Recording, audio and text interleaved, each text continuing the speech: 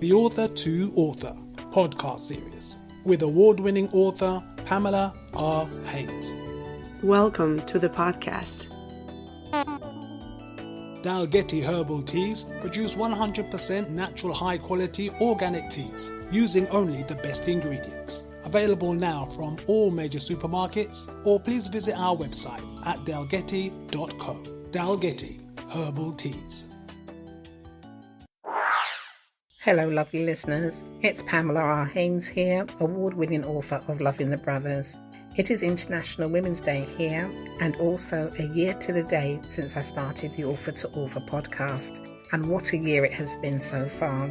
Within a week, I had sponsorship from Dalgety Herbal Teas, and I also found a sympathetic producer willing to work with a novice like me. So far, I have conducted 22 episodes and interviewed 25 people for the podcast. The Author to Author podcast has had listeners globally in 29 countries across all ages and genders. People are listening via Spotify, Anchor and Apple Podcasts, and I'm humbled to know that listeners have been tuning in and enjoying the podcast episodes in their hundreds via Pantango Radio, and I have a good following on UK246.com.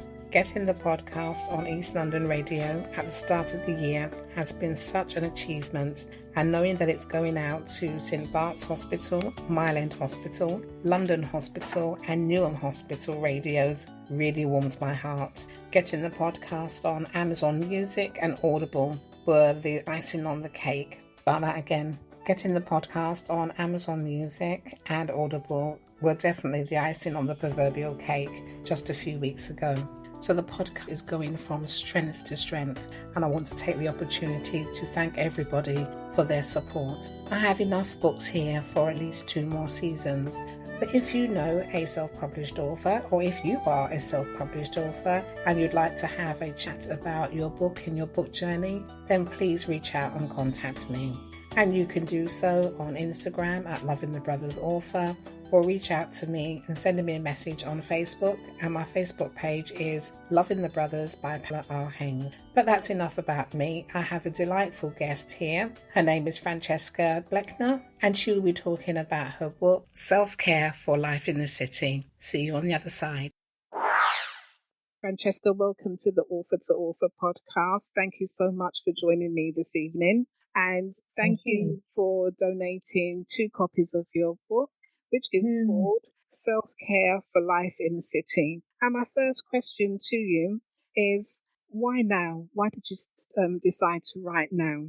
Well, I was writing it in 2018 over a period of 18 months. And the reason I wrote it as a holistic health coach and working in well-being, and at the time I was working in fitness, doing personal training, and I was just seeing an epidemic of, in the last 5 to 10 years really, of chronic fatigue, autoimmune disease, high anxiety, high stress, burnout. And I was seeing it in the younger and younger population. So I found I was repeating myself with all the advice that I was giving. So I thought, okay, I need to put everything that I know and all the principles that I've been taught and teach into a book, into a simple guide of how to really thrive in your health in the modern world, where the modern world isn't really suited for us to thrive as humans. And so that's why I started writing it. And then, unbeknown to what was going to happen globally, I released it in May 2020, so the beginning of the first lockdown. And now I just think it's more important than ever before, because the way modern world is definitely not conducive to how we're meant to be as human beings and to human health, and especially with the added stress and anxiety and uncertainty and people concerned about their health. Now there's no better time than now. It feels like the book came just at the right time. I've noticed that it's split into 3 parts. So tell us about part 1 when you talk about the mind. Yes, so part 1 is about the mind. And so this is really about our thoughts, how your thoughts impact your physiology. So every thought that you think has an impact on your biochemistry. And so how to start to live your life more consciously, because 95% of our behavior comes from the subconscious mind. So unless we start to bring awareness of what are the thoughts that we're thinking, we either begin to repeat past patterns. Most of those thoughts, 95% of those thoughts are usually negative. So we end up going around in these cycles and unaware of this perhaps negative self-talk and critic that's going on, which can then create self-sabotage in your life. So the mind is about your thoughts. It's about meditation. It's about, in that section, I've got about breathing, the power of the breath, power of I am, getting clear on what success means to you. What is your definition of success? Because most people are chasing definition of success that doesn't actually belong to them. It's a program that they have been conditioned with, either through authority or through social programming, through education, maybe it's through their parents, what their parents deem successful. So the mind section is all about your mind and your thought processes and getting clear, living your life more consciously and with more conscious awareness, moving through the world. Yes, I do like the idea of developing an attitude of gratitude. And it's certainly one of the first exercises that I do when I wake up in the morning, is to remind myself and to be thankful for what I'm grateful for, like the gift of being on the wake up list, as they call it. Would you like to say more about that? How would you help someone develop a mindset of gratitude?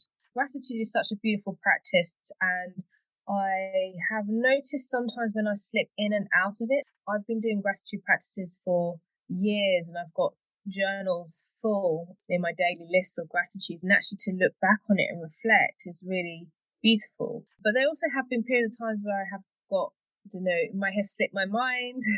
I also rotate some of my practices. Otherwise, if I do all of my practices and spiritual practices in every morning, I might be doing it for hours. So sometimes there's periods of times where I might do something else instead of the gratitude practice, and I do feel it when I don't do it. So what it does is it really evokes that feeling of appreciation, of thankfulness. And I think it's so important at this time as well, where a lot of fear is being fed, a lot of doom and gloom, and a lot of uncertainty. The humans are programmed to be in survival response, into that fear response. So when we go into a state of gratitude, that helps to decrease the fear response. It puts us into a different state, and that's so key at this time in the world. So I always say to my clients that managing your energy should be a priority, because how you start your day has an impact on how you go about the rest of your day. If you're starting your day waking up to the news, that's going to put you in a very different state to if you just take 5-10 minutes writing down what are you grateful for, appreciation, because then you start to rewire your nervous system and your brain to seek more of what you would be thankful for, or more of what evokes that feeling, which is manifestation, which is law of attraction as well. So you're actually training the neural pathways in your brain to seek more of what makes you feel more grateful or more appreciative. I really do like the way the book starts with the mind, because what your mindset is then impacts on your physical body as well. And that is part 2 of the book. So can you tell our listeners a bit more about how the mind impacts on the body and what we can do to aid the body in its recovery? Yes, absolutely. So every thought you have has your thoughts are what you think. Your emotions are what you feel. So emotions, what you feel, that holds in the body, right? So I work with a lot of clients that experience anxiety, and often when I ask them where do they feel anxiety in their body, it's right in the center, either in the chest or it's right in the solar plexus point, just beneath where the ribs meet. So what your emotions hold in the body, and what we're not bringing awareness to, going back to the mind, is if we're not conscious of how we're living, then our subconscious programming is playing the show, is kind of ruling your life. And those subconscious programs are usually negative self-talk, or negative emotions that you might be holding. You might be holding trauma from the past, things that have not been discharged, hold in your nervous system. whether you may know that consciously or not. And so that's where I work with people doing somatic practices. So movement, getting into your body is really key. Moving your body, breath work is really powerful as well, because it's almost like helping to clear out the debris of those, stagnant thoughts and emotions, and it helps to open out your energy field. So what we put into our body has an impact. What food are you eating? How are you nourishing yourself? We're sitting eating junk, that's going to lower your energy, your state, your vibration. So how are you taking care of yourself? Moving your body. What foods are you eating? Are you eating regularly as well, especially for women? That has a huge impact on hormones, blood sugar regulation. If we're not eating regularly through the day and having like long gap of, maybe just having breakfast and then a huge dinner, it tends to happen with a lot of people. Maybe they're too busy to eat or haven't time to prepare. And what else do I put in the body? Also, what are you putting on your skin? Because your skin is an organ. You're feeding your skin. So most commercial body care products and household cleaning products are full of chemicals, toxic chemicals that are going into our bloodstream. The skin is the largest organ in the body. Lots of parabens, lots of xenoestrogens. So these kind of estrogen mimicking chemicals that then create estrogen dominant disorders and disease, fibroids. So the mind and body are so interconnected, we cannot really treat them as separate. It has to be an integrative, holistic approach. So tell me, Francesca, what will people learn from reading your book in terms of, we are given so many mixed messages. It's interesting you talk about eating regularly, and yet there was a fad and still is a fad at the moment for fasting during the day and so on. So, and there are people who are, they're fasting maybe 10 hours out of the day. How does your book help to put people on the right path in terms of looking after their bodies? Thanks for raising that. I'm really glad you brought that up, because when I've sort of done some research into fasting, into women's health and hormonal health, and my book is for women and men, not just women, but a lot of the research on fasting is done on men, and men and women's hormonal profiles are very different. So women's hormonal profiles is much more delicate. It's quite easy to become off balance with blood sugars and hormones for women. So it's not necessarily advisable to do long fasting periods for a woman. The only fasting I sort of recommend for women is that 18-6, so eating between 10 a.m. and 6 p.m. And then you have an overnight fast where quite a few hours from dinner till bedtime. So it's actually helping to just let the whole digestive system process clear. And then you just eat a little bit later in the morning. But actually, long periods of fasting in the day, not necessarily ideal for a woman, especially if their hormones are already not balanced. Thank you for that answer. So we've looked at the first part, which is about the brain, and we've then looked at the body, but very few people connect that with the soul as well, which is part 3 of your book. Can you say more? Yes, sure.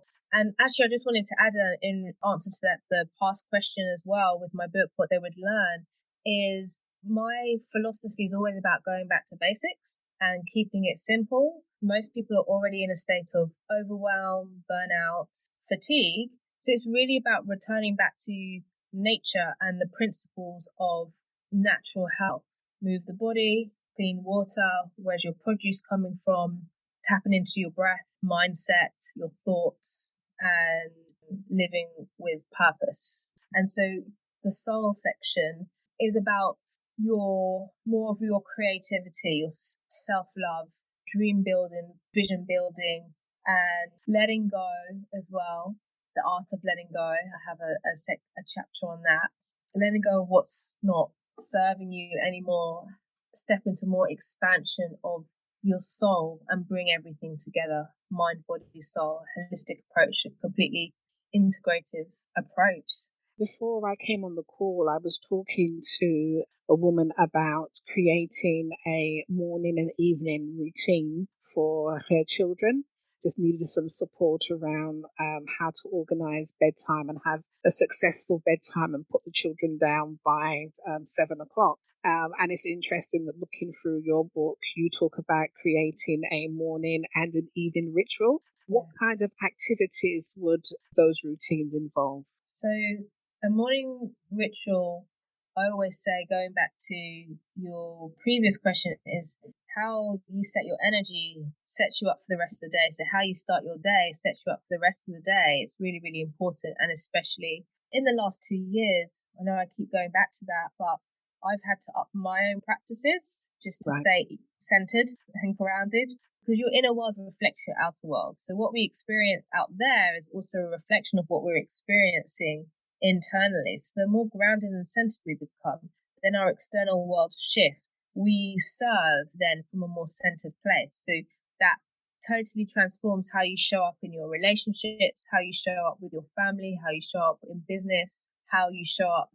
with your colleagues. So I always say, just start with one thing. One thing. If you've never done a morning ritual before or a morning practice, begin with 5 minutes. So it could be the gratitude journaling. It could be taking some time to focus on your breath, some deep diaphragmatic breaths, breathing into the belly. That's self-regulation for your nervous system. It helps to ground you instantly. It might be doing some meditation. Some people find it quite hard to jump straight to doing a silent meditation. So then it's whatever resonates with you, whether that's journaling, focusing on breathing. Maybe it's some movement, some stretching and mobilization to get into your body, especially if you're somebody who spends a lot of time in your head, or as I say, living from the neck up, disconnected to the body. Then it might be just take some time to move your body, do a little bit of stretching or mobilization. So it's really what resonates with each individual. So I've grasped what happens during the morning ritual. What about the evening ritual? How does that work? That's all in my book. So the evening ritual, I've got a section on sleep and circadian rhythms. So I would recommend like a wind down routine. And so there's some certain things you can do to make your bedroom conducive. For example, switching off electronics an hour before you go to bed, making sure that your room is blackout. It can be whatever resonates with you. So you might want to be doing your gratitudes at the end of the day. What worked for you today? Like what felt good? I think it's a really good idea to do something like that, where you do a little bit of writing, whether it's journaling or gratitude, because it's a great way to just close a day and also just almost disconnect, put a full stop at the end of the day. Because if you go to bed with stuff on your mind and your to-do list, or kind of in a grumpy mood, guaranteed you're going to wake up in that same state. So have something where you can kind of just sort of clear the end of the day. So whether, again, it's the same thing, it can be focusing on your breath, it could be doing a little bit of mobility, some stretching. Maybe it's for me, I love reading in bed. Yes. That just, it makes me sleepy, but it just helps me switch off from the day as well. And then there's other things in your evening ritual, depending, because I know a lot of people have trouble having a really deep sleep and resting. So there's a lot of tips in there about how you can really create that environment to wind down. So you want to limit bright lights, for example, lights from your electronics. So maybe you will have candles or dimmed lights, or I have Himalayan salt lamps at home. So that, again, that has an impact on your hormones. That red dim light will start to drop cortisol levels. Bright lights stimulate cortisol. That's amazing. Thank you for all that you have said. I'm sure people will be rushing out to get a copy of the book. Tell me how the book links to your business. What is it that you do? So my work is, I'm a holistic health and lifestyle coach and breathwork facilitator. My passion is working with people to help them overcome burnout and reset their health blueprint. Using, again, the principles of nature, building a strong foundation. My belief is that your health, energy, your level of energy, health and vitality is a foundation to all things. It impacts everything, how you show up in life, relationships and business. So it's based on 4 pillars, and that's nervous system regulation, trauma integration, mindset, and nutrition and lifestyle. And so a lot of it crosses over a lot of the content I have in my book. And how has that been received in the business world? Are you quite busy at the minute? Were you busy during the pandemic? In the pandemic, yes, I was for the first year, but my father passed at the end of 2020. So to be honest, last year I really was more about taking some time out for myself to process and recover from burnout myself. Again, it's the emotions, grief. We have to process grief and emotions that can lead to burnout. So yeah, last year I took quite a bit of just space and time out to focus on my own physical and emotional health, which has done wonders. But now, yes, there's definitely more demand. So many more people are coming forward for trauma integration. That's something that I've really seen in the past since the pandemic. And a lot more people are open to doing more holistic and spiritual work I've noticed that in the last year and a half. I mean, that's good. I mean, first of all, my condolences to you on the passing of your father. And what's really good as a wellness coach that you actually took time out for yourself as well, because very often people in a position like yourself are so busy supporting others that they forget that they actually need help themselves and need support themselves. So it's really good to hear that you said that. And I've certainly followed you and Danny on social media and know that you were doing some work together in terms of processing it all, coming through the other side and still processing it, I think, as well. So even a year on from now, it's not something that you do a couple of classes and that you are suddenly over. It's a process that you go through. So thank you for your honesty around those issues. I'm delighted to hear that people are coming forward to, we need more people like you in terms of helping people through what is a very stressful time at the moment, the time of lots of uncertainty. Thank you so much for that.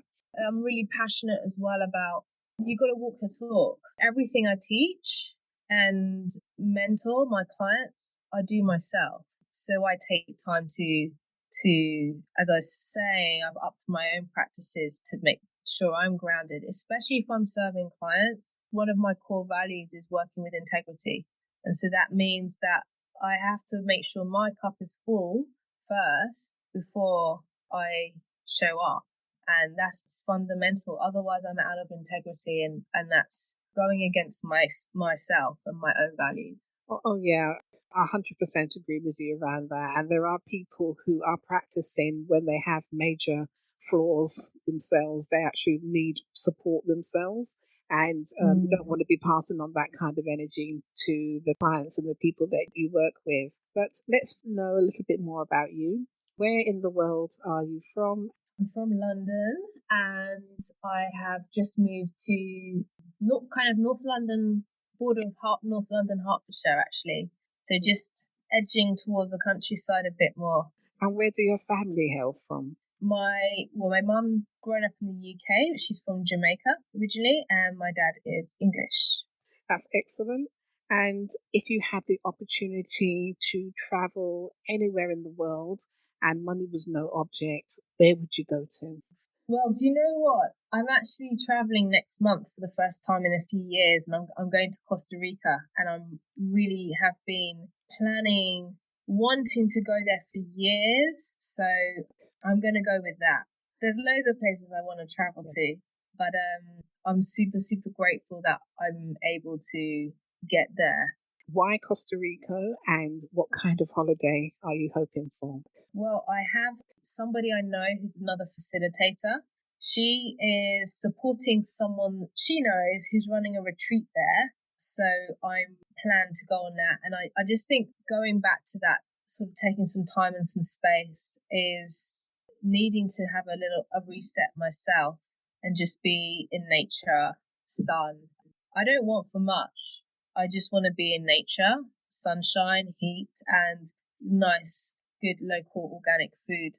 All those good things, sun, and some healing. And healing. Yeah, you can add healing to that as well. On that retreat, there'll be some yoga, breath work, and it's going to be really nourishing. So my soul's really calling for that, nourishing, that just to really be immersed in nature. It's lovely. So when you're not writing and when you're not doing all of your breath work, what is it that you do? What other hobbies do you have?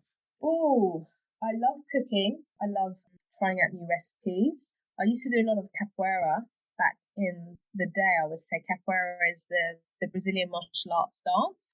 So I did that for years and I loved that. But my teacher went back to Brazil years ago and I did find a couple of other groups, but I was never able to sort of maintain the commitment to train and the travel. So something I really miss actually, I haven't quite replaced that hobby, which was a big part, that was a big part of my life. But I have uptaken a new hobby, which is upcycling. So I got quite into that during the in the past year and a half actually, of just upcycling old furniture and doing it up, and that's kind of my creative outlet. So I want to get into that a little bit more in the next few months. Yeah, reading, self-development. I love learning. Okay, so what are you reading at the moment?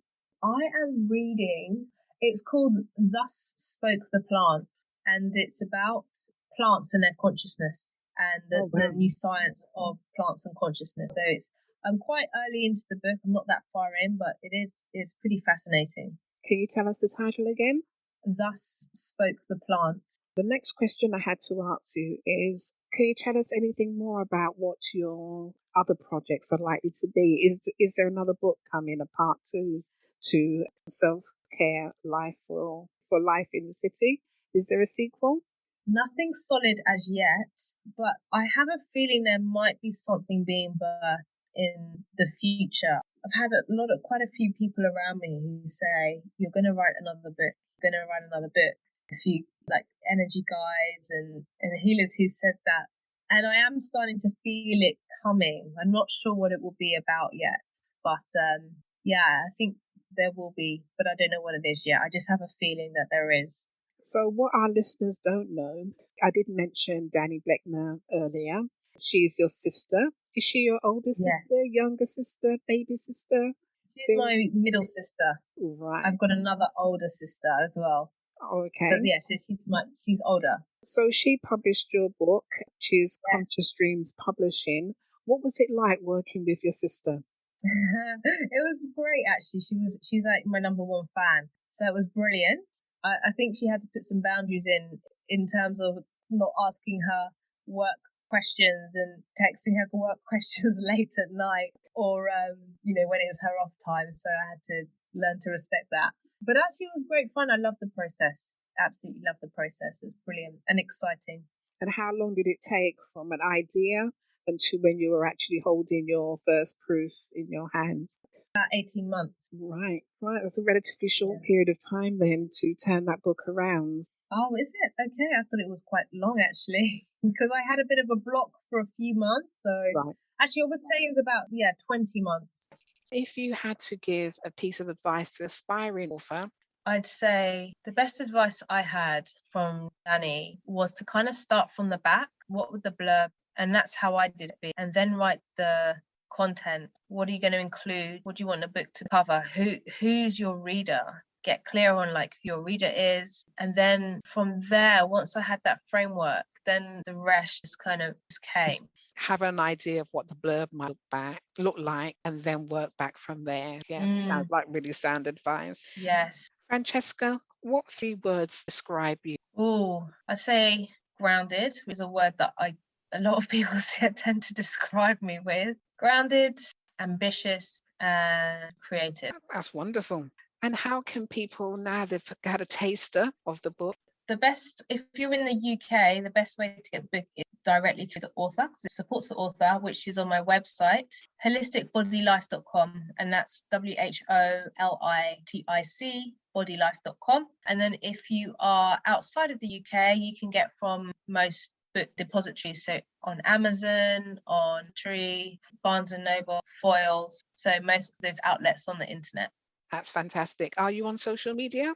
I am. I'm most active Instagram under Holistic Body Life, the same as my website, and also LinkedIn under my name, Francesca Blechner. Can you repeat the LinkedIn address again? You said that's Holistic Body Life. Oh, that's the Instagram. And then my LinkedIn is under my name. Well, we've almost come to the end, but what I did want to leave us one of your favorite affirmations. Do you know what?